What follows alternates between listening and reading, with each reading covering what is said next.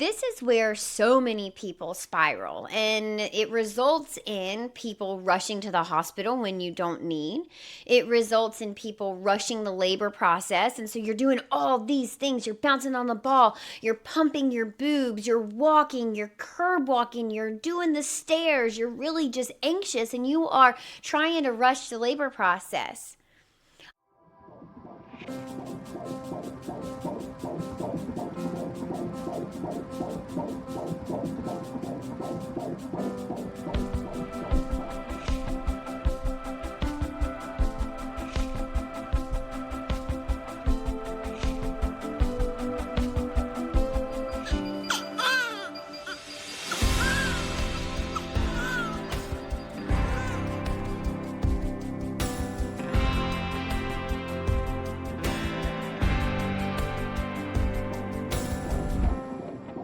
Hey y'all, and welcome back to another episode of the Birth Lounge podcast.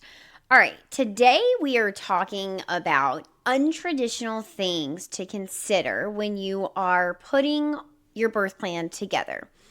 However, I don't want you to think that today's episode is going to be a list of things like think about this and put it on your birth plan, and think about this and then put it on your birth plan. Instead, I actually have my top 5 categories that I think that you should highly consider when making your birth plan. And I want to also challenge you to think about your birth plan in a little bit of a different perspective. And if you are a longtime follower online or a longtime listener of the show, then you know that I am not a big fan of the term birth plan. And instead, I actually prefer the term birth preference sheet for a multitude of reasons. Number one, when we use the word plan, especially if you're like me and you're a type A control freak, then we often will set ourselves up psychologically to think that we have more control than we do, because using the word plan makes us feel like everything is planned out and this is how it's going to go. And we know that birth is just not like that. I also am a big fan of keeping flexibility in your birth plan, and that's something I talk about a lot. And so in regards to that, I prefer to call it a preference sheet, because this is not your plan for birth. These are your preferences laid out, and whether or not these preferences are able to be honored depends on a lot. Who shows up to your labor? Who are the people that you have around you? How does your labor unfold and transpire? What happens in your labor will determine a lot of whether your preferences can be honored throughout that process.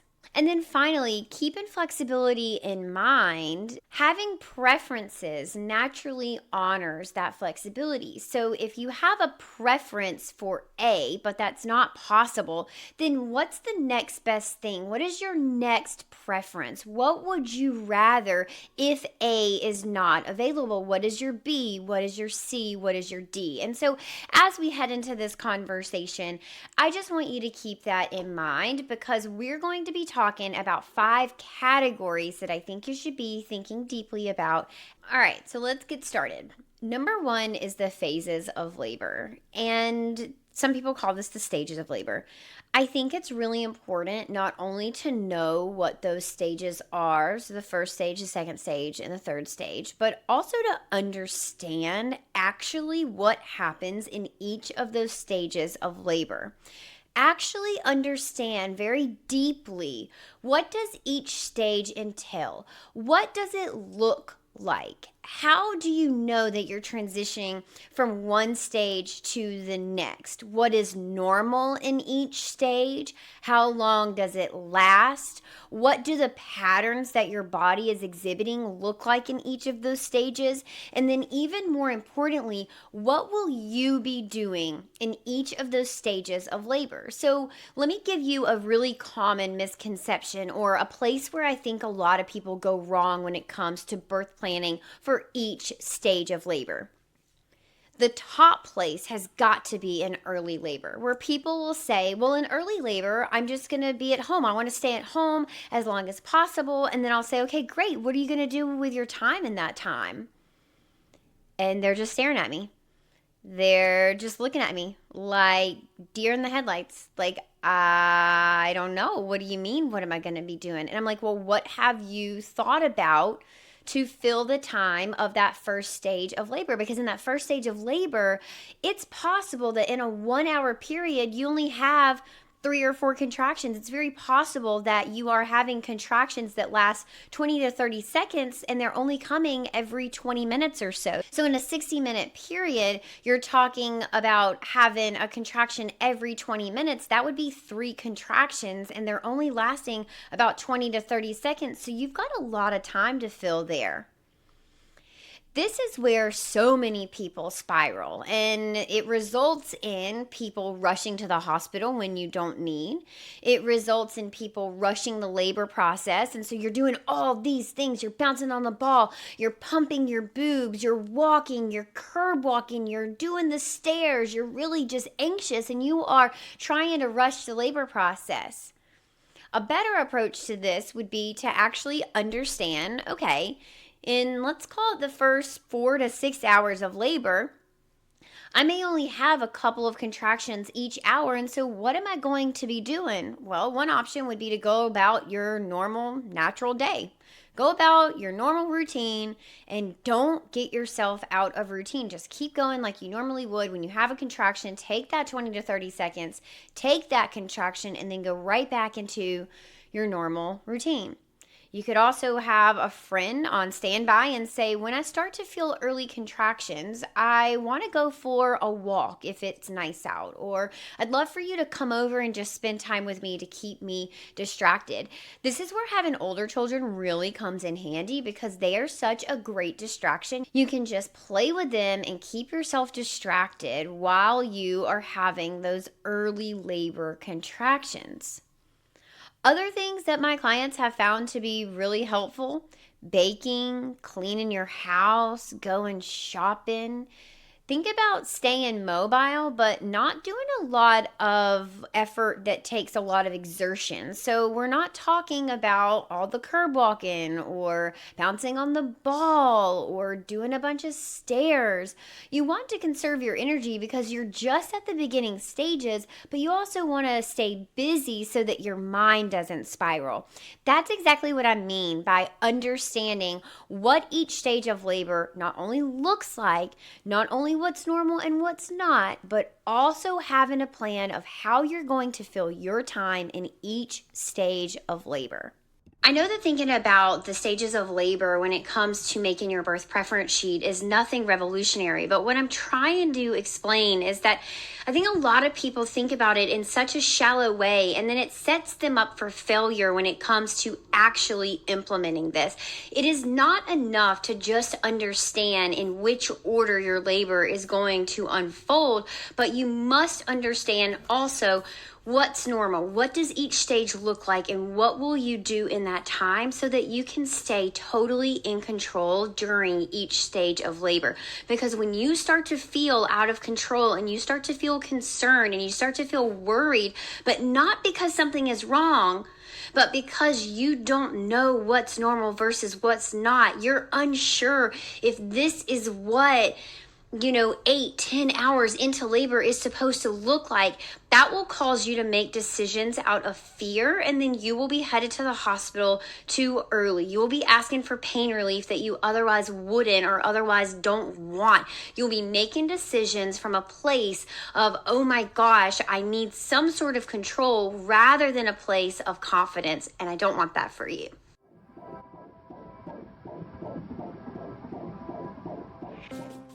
Hello, have you heard about my completely free class that teaches you 6 evidence-based ways to avoid a C-section and reduce your tearing in labor by up to 50%? And remember, I mentioned it was completely free. This class is going to teach you how to advocate for your preferences in the birth room so that you can have a birth that's filled with joy and not birth trauma. Advocating for yourself starts with being empowered with the right information so that you can ask the right questions and confidently make decisions during labor based on what feels good to you and your baby. But here's the thing. The U.S. has one of the highest C-section rates in the world, and it is ever climbing year after year. And it's not because the system is broken, albeit it is, but it's really because women don't have the tools to navigate that broken system. We may not be able to change the system before you have your baby, but what we can do is change how you operate within that system. Change the conversations that you're having with your providers. Change the places that you are getting your information to help you have informed conversation with your doctor before you have your baby. I want to teach you how to do that. We know the reasons that our C-section rates are climbing. We know the reasons that inductions happen so often, and we know the reasons that babies end up in the NICU. I want to help you avoid all of that so that you can have a birth that you love. You can find my free class at thebirthlounge.com/C-section so that you can learn 6 evidence-based ways to avoid a C-section and reduce your tearing in labor. Again, that is thebirthlounge.com/C-section. See you there. Bye.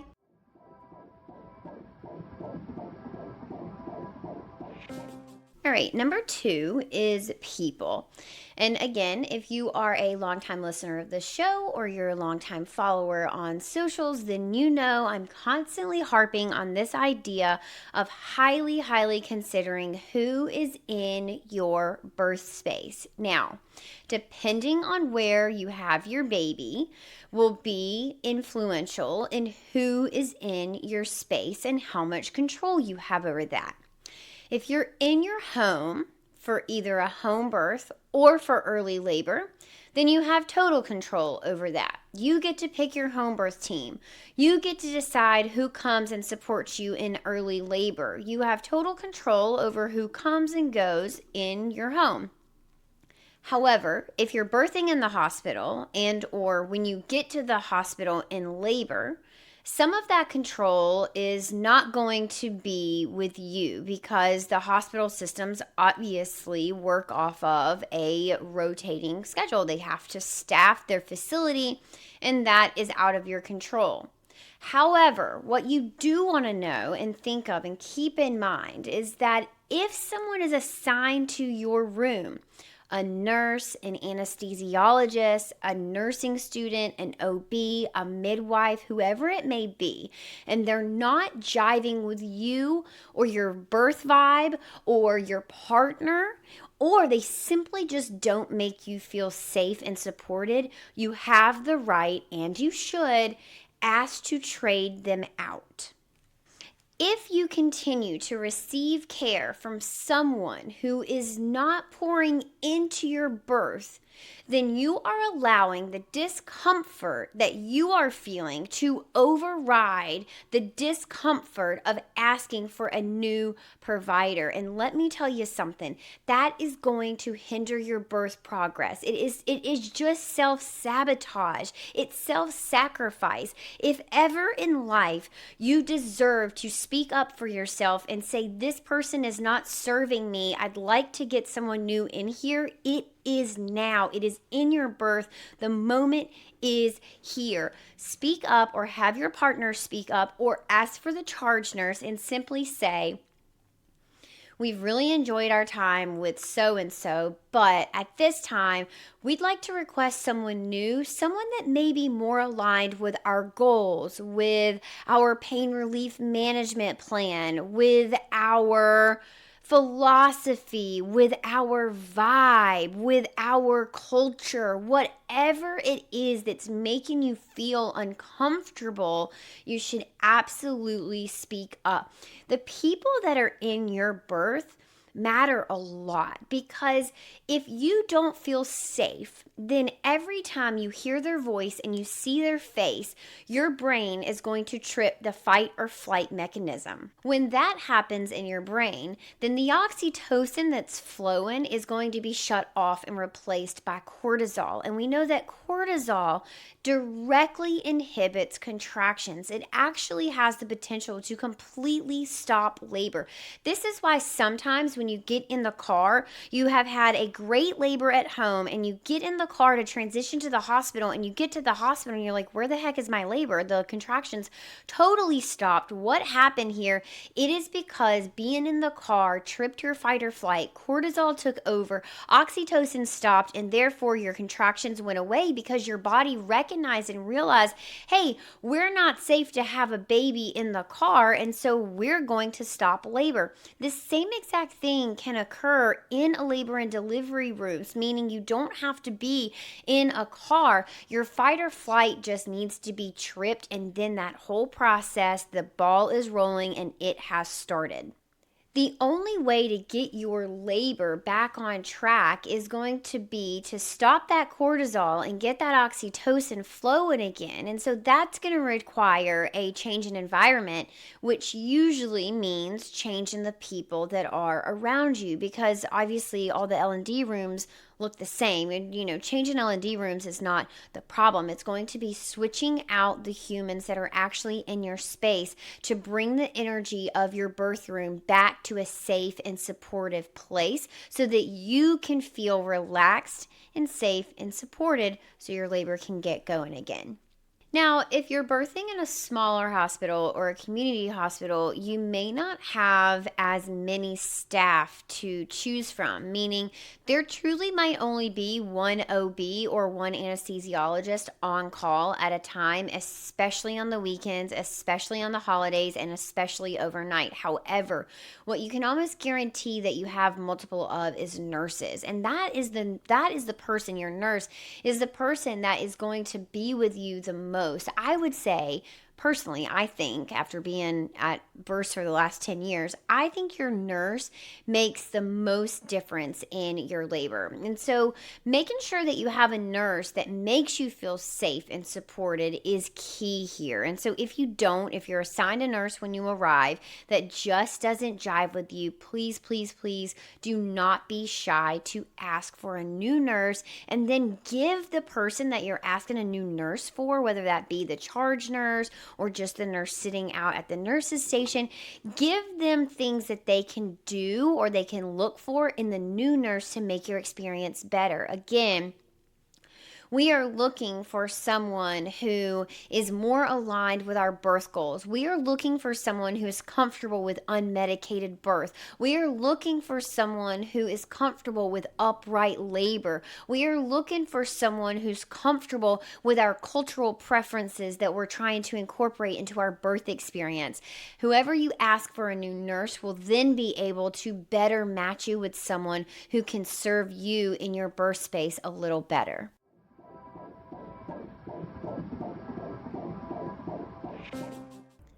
Have you been looking for a way to prepare your partner for birth? I know you know how important it is that they're educated on not only like what's normal in birth, but also what are your options? How can they help relieve some of the sensations and pains of labor? What positions can they get you in? How can they support you in pushing? How can they advocate for you? But I also know that it's pretty hard to find information, resources, classes, courses that are, kind of specifically for a dad supporting you in labor. And so I wanted to introduce to you Daze. This is a course obviously meant for husbands so that they can understand everything I just said. I'm going to talk them through what normal birth looks like so that they can understand what is normal and safe and expected and what's not.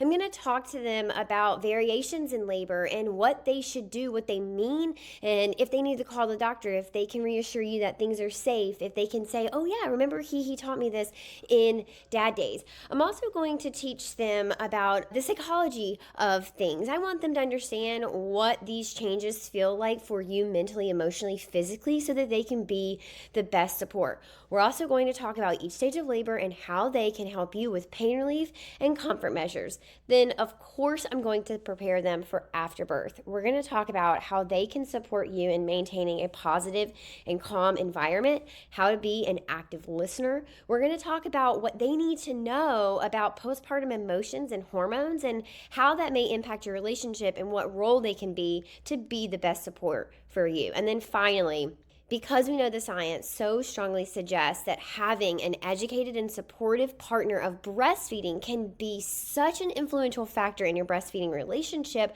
I'm also going to prepare them for breastfeeding. What they can do to bond with your baby, what they can do to encourage you to bond with your baby, and how do you re-split up the household tasks, because you're going to be taking on all of baby duties, or the majority of it, and so they are going to have to pick up some other slack in other ways. What will that look like? Dad Days is designed to change your partner's life. This is not only going to prepare them to speak up and advocate and support you and understand what you're going through in pregnancy and postpartum, but it's really going to empower them to have the confidence to be that active participant in parenthood, where they are not just showing up to do the task, but they're actually active, they're engaged, they enjoy it, they bring ideas to the table, they have the confidence to take the initiative to make your workload and your life balance easier. I want this for you. I created this course to help you educate your partner alongside the information that I give you in the Birth Lounge. And so you can think about the Birth Lounge and the Dad Days course as kind of a husband and wife. The Dad Days course is specifically for dads. The Birth Lounge is made for moms, but also your partners can go through it too to learn so much. So they go together. They're like peanut butter and jelly, but do know that they can stand alone as well. If you want to learn more about that, you can visit thebirthlounge.com/Dad Days. That's DAD. D-A-Z as in zebra, E, Dad Days, because postpartum can feel a little foggy, but our Dad Days course is going to bring clarity to dads around birth. See you there.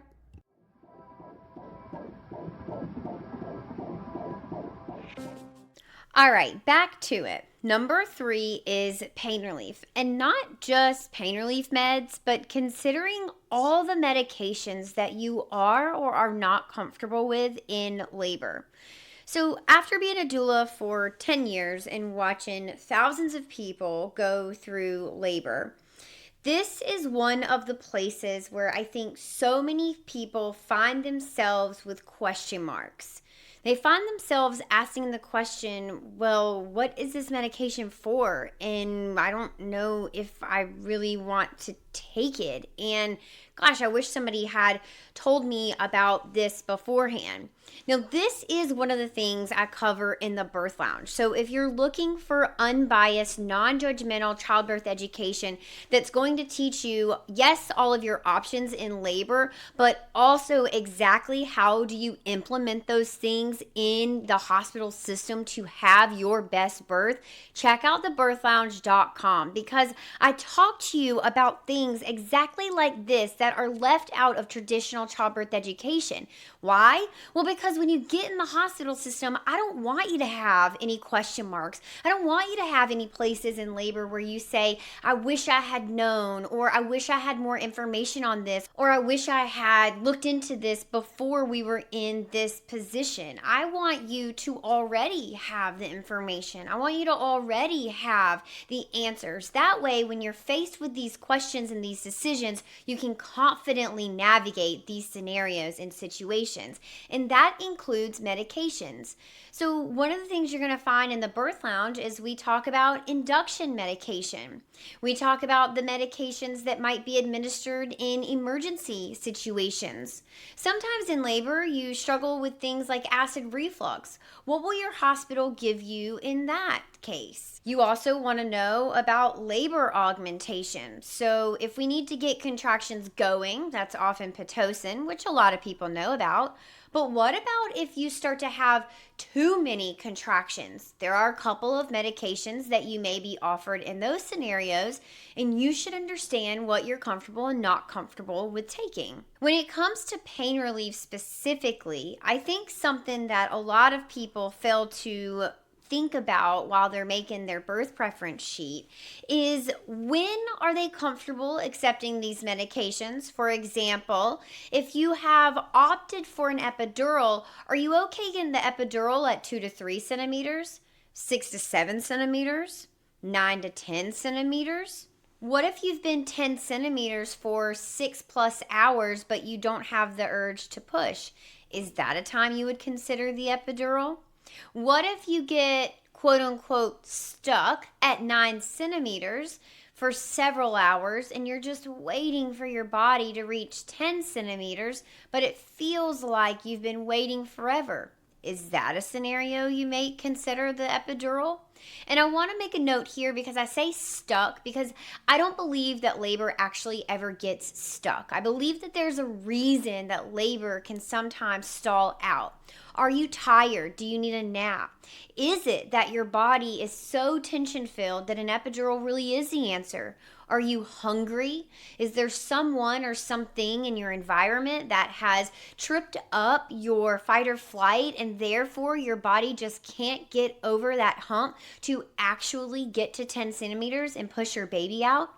Is it mental? Are you afraid to push your baby out? So stuck is a word that you will often hear in the hospital system if your labor has a lag in it. I try and encourage you to think about what actually may be the root cause of that lag in labor and how can we address that to better support your body. Another thing to think about when it comes to medications in labor is in which order are you okay accepting these medications? So some clients that I've worked with in the past do not want to start Pitocin without having an epidural on board first because they know that Pitocin contractions are often more intense and stronger and can be a little bit more painful, and they are not interested in feeling that unmedicated. Sometimes you want to have an epidural on board if you're going to have a balloon placed in the case of an induction. Another thing to think about in terms of pain relief medications is the order in which those are given because some of them can be stacked and some of them cannot.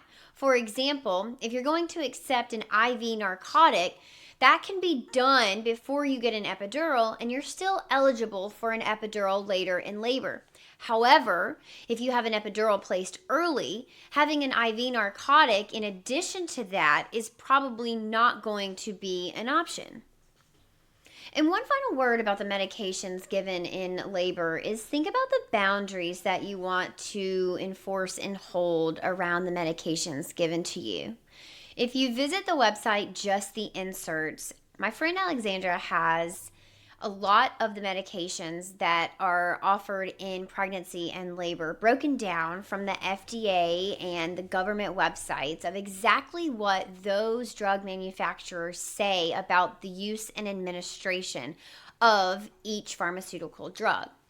Be sure that you are knowledgeable and aware of what those are so that you feel really confident in either accepting, delaying, or declining each option that's offered to you in labor. You may have boundaries around not wanting IV narcotics in labor, such as Nubain and Stadol, but you feel totally comfortable, safe, and confident in choosing an epidural. Another option may be that you feel very comfortable with choosing the balloon because it is a non-pharmaceutical, it is a tool, it's going to be a mechanical dilation in labor. However, you don't feel comfortable with something like Cytotec or Cervidil.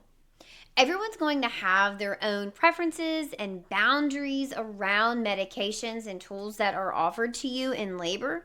And knowing what that is for you is going to be crucial in you staying in control of the decisions made in your labor. All right, number 4 is a tag along to number 3, and it is tools. Understanding the tools that are available to you in labor is crucial when making your birth preference sheet. Not only does it help you understand what your options are, because what's that famous saying, if you don't know your options, then you don't have any, but it also will help you fill your time in each stage of labor. It will give you tools in your toolbox to know what you can and can't use in each stage of labor. A couple of medical tools to consider: an IV. Are you okay with it? Do you understand the risk and the benefit? Do you understand that you may delay having an IV when you first get to the hospital and have one placed later? Amniotomy, which is artificial rupture of your membranes. which, by the way, ACOG does not recommend and says that there's very few uses to it. And one of the biggest risks with amniotomy is an asynclitic baby, which is a baby that comes down in your pelvis in a funky way. And those babies often do have a tougher time being pushed out because they don't come straight down into your pelvis. They're often cattywamped to one side or the other. Cervical checks, which aren't always considered as a tool, but they absolutely are. Cervical checks are not necessary to labor. They are a tool for us to assess your labor progress, but not every labor needs to have the progress assessed. So consider that. The balloon that I was just talking about for induction, there are Foley balloons and Cook catheters. Those are two different balloons. Asking your provider about which one is available at your hospital, what balloon does your facility use in the case of an induction, may be really insightful for you. And monitoring is another tool that I think is not often thought about as a tool, but it absolutely is. And you have options around that. Will you consent to the belly bands? Do you have anything in your labor, such as an epidural or Pitocin, on board that means you need continuous electronic fetal monitoring? What about intermittent auscultation, where they come in and listen to your baby intermittently via, yes, the paddles, but also maybe a Doppler?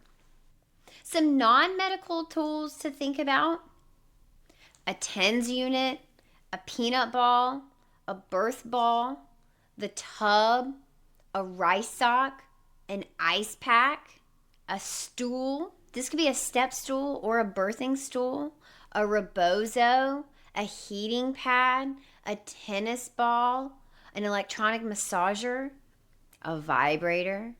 There are so many tools at your fingertips. Making sure that not only are you aware of all of them, but you know when and how to use them appropriately is going to be key to helping your labor continue to progress. All right, we've made it to number 5, and this is postpartum. And I know this is quite broad and general, but I think what a lot of people think about planning for postpartum, they primarily think about skin to skin, delayed cord clamping, and the routine baby procedures like vaccinations and bath. However, there's a lot more to consider about what your preferences are and how your postpartum is managed after your birth. For example, what will you do about the delivery of your placenta? Are you okay with cord traction? Are you okay waiting a certain amount of minutes? If you experience a postpartum hemorrhage, do you have preferences about how that is managed? What about pain management after birth? It's kind of traditional just to give people NSAIDs, so Tylenol, ibuprofen after labor. But what if you're in pretty significant amounts of pain? Do you know what your options are when it comes to requesting pain relief and how to navigate that situation with your provider? Are you familiar with other routine procedures that may happen to your baby, like the heel prick and circumcision? What about pacifier use and your preferences around feeding your baby? It's incredibly common for hospitals to offer formula to families. So if you have strong feelings around avoiding that, this is something to consider for sure. If you don't have strong feelings around formula use, but you do have strong feelings around the type or brand of formula that your baby consumes, then knowing that you have the right to bring your own formula to the hospital is going to be key. You also may want to consider cord blood banking. What will you do with your placenta, and the options that you have around repairs depending on the type and the severity of tearing that you have during labor. All of these are things that I teach you inside of the Birth Lounge in a very non-biased, non-judgmental way. I simply lay out the facts, the pros, the cons, the risks, the benefits, and any alternatives that you should know about so that you can have these conversations with your provider and your prenatals. Again, preemptively thinking about these things, discussing these things, and considering them when you are thinking about your preferences is crucial. Doing what I call on-the-job learning or on-the-job decision-making, meaning having to learn this information or having to think these things through in your labor is less than ideal. Not only is it going to feel rushed, also, you take the risk that you don't get full informed consent. And third, you may not be exactly in the mental state to actually consume and absorb all the information that you need to make a confident and coherent decision. So remember, making a birth preference sheet is not so much about planning out your birth as it is about thinking through your options, thinking about the preferences in whether you're okay with those options, in which order you will use those options, in which stage of labor you will use those options, and exactly how you will utilize each of those options.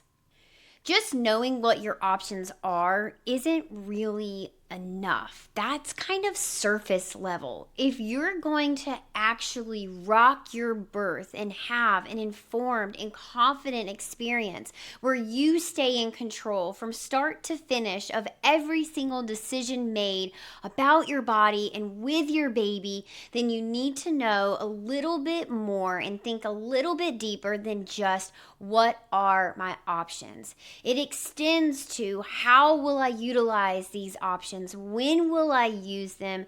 And how do they interact with other options I have? And how are they going to impact my labor later in this process?